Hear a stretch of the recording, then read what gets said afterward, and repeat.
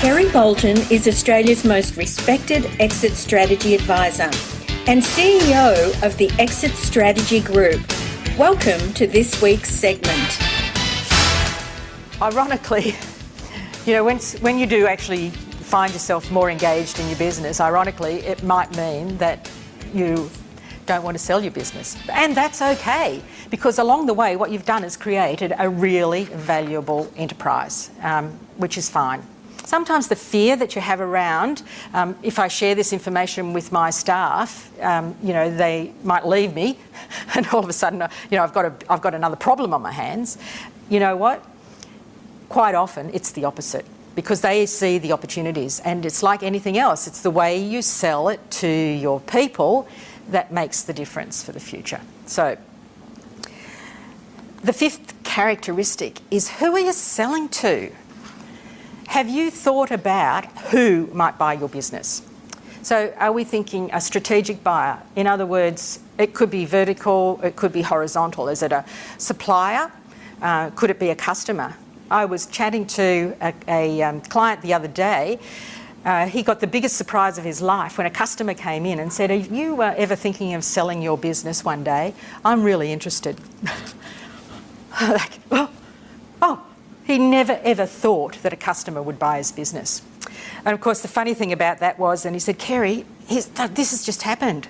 It's fantastic." I said, "Oh, really good, Barry. What do you think you're going to do then?" He said, I said, "Well, what's your time frame? What are you thinking?" He said, "Well, now that someone's interested, I think I might say 3 months."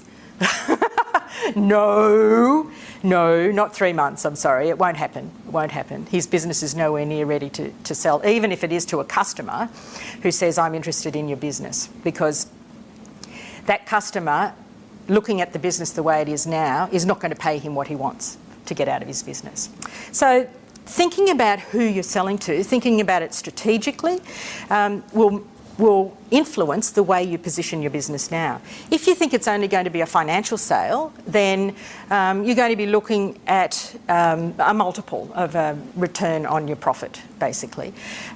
Strategic buyers look at the way they can integrate the business into theirs, and you're likely to get a much higher multiple for your business than you would be just from a straight financial buyer. If you think about what's actually motivating the people to buy your business, you can then position it so that you work out what you need to do. It never ceases to amaze me that people don't do this research about, what can you do to make your business attractive to that particular type of buyer that you're targeting. So if you get to know the way that type of buyer might operate, or if you've specifically got a target in mind that you really want to be able to sell your business into, you can construct it in a way and change things in a way that makes it really, really attractive to them. Got to remember that they're in selling mode as well, because they're selling themselves to you as much as you want to sell your business to them. So it's a two-way street.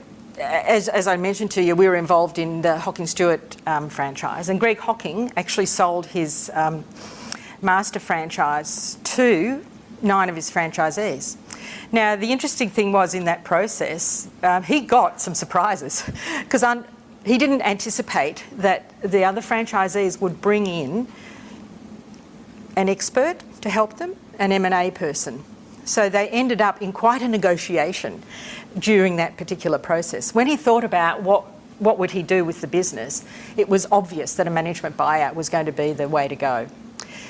It made life easy because the due diligence process was pretty simple, because they already knew the business, so they wasn't an external buyer.